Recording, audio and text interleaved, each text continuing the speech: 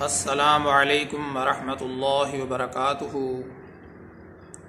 محترم سامعین، آج کے ٹاپک میں ایک شرعی مسئلے کی وضاحت کرنا مقصود ہے۔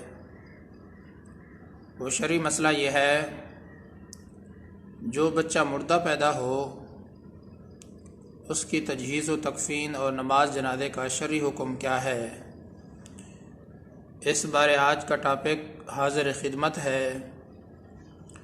محترم سامعین، واضح رہنا چاہیے، جو بچہ مردہ پیدا ہو یعنی پیدائش کے وقت اس کی زندگی کی کوئی علامت موجود نہ ہو اور اس کے سارے اعضاء بھی بن چکے ہوں، تو پھر ایسے بچے کے بارے میں حکم یہی ہے کہ اس کو غسل بھی دیا جائے، اس کا نام بھی رکھا جائے، لیکن باقاعدہ اس کو مسنون کفن نہیں دیا جائے گا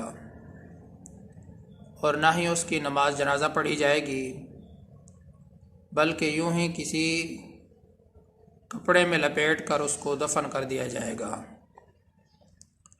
محترم سامعین، مسئلے کا خلاصہ یہی ہے کہ جو بچہ مردہ پیدا ہو اس کی تجہیز و تکفین کیسے ہو، اس کا نماز جنازہ پڑھا جائے گا یا نہیں، تو واضح رہنا چاہیے، جو بچہ مردہ پیدا ہو جائے یعنی پیدائش کے وقت اس کی زندگی کی کوئی بھی علامت موجود نہ ہو لیکن اس کے سارے اعضاء بن چکے ہوں، تو پھر ایسے بچے کے بارے میں شرعی حکم یہی ہے، اس کا نام بھی رکھا جائے اور اس کو غسل بھی دیا جائے، لیکن باقاعدہ اس کو مسنون کفن نہیں دیا جائے گا اور نہ ہی ایسے بچے کی نماز جنازہ پڑھی جائے گی، بلکہ یوں ہی کسی کپڑے میں لپیٹ کر اس کو دفن کر دیا جائے گا۔